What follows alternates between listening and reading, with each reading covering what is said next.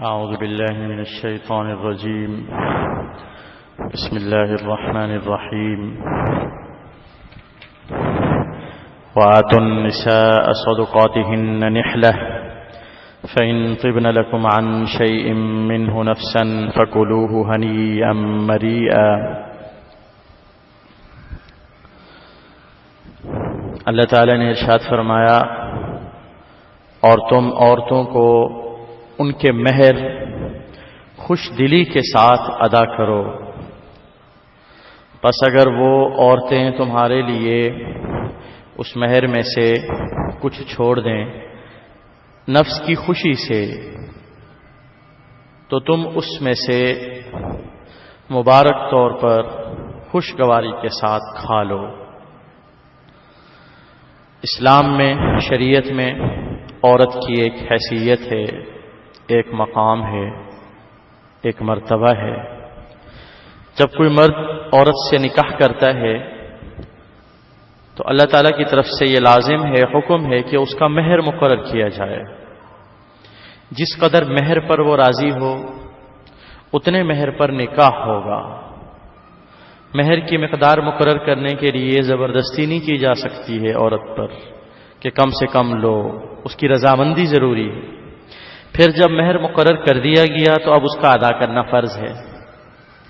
جب تک شوہر مرد مہر ادا نہیں کرے گا وہ بیوی کا قرض دار رہے گا، مقروض رہے گا۔ ہاں، اگر عورت پورا مہر یا مہر کا کچھ حصہ معاف کر دے یا لینے کے بعد واپس کر دے تو اس کو لے لینا، رکھ لینا جائز ہے۔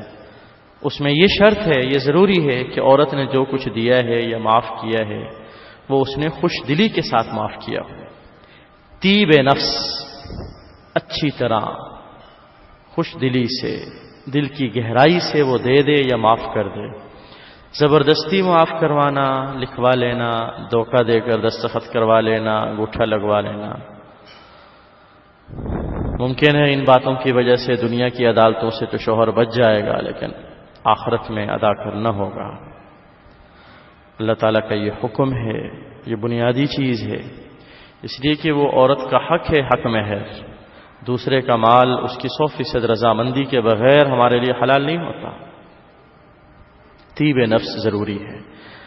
بعض دفعہ لوگ حق مہر دینے کے بعد یا دینے سے پہلے بیویوں کے سامنے، عورتوں کے سامنے اب یہ تو نہیں کہتے کہ میرا مہر معاف کر دو، لیکن وہ تذکرہ اپنی غربت کا، اپنے مسکنت کا، اپنی فقیری کا بار بار کرتے ہیں، بار بار اپنی غریبی کا اظہار کرتے ہیں۔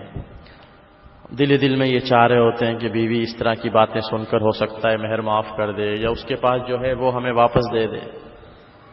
اب بیوی جب دیکھتی ہے بار بار کہ شوہر کا یہ حال ہو رہا ہے کہ بار بار وہ تذکرے کر رہا ہے تو مروت میں آ کر وہ دے دیتی ہے۔ دل تو نہیں چاہ رہا اس کا، کس کو نہیں چاہیے پیسے، کس کی ضرورت نہیں ہے، تو لیکن وہ مروت میں آ کر وہ دے دیتی ہے، تو یہ صحیح نہیں ہے۔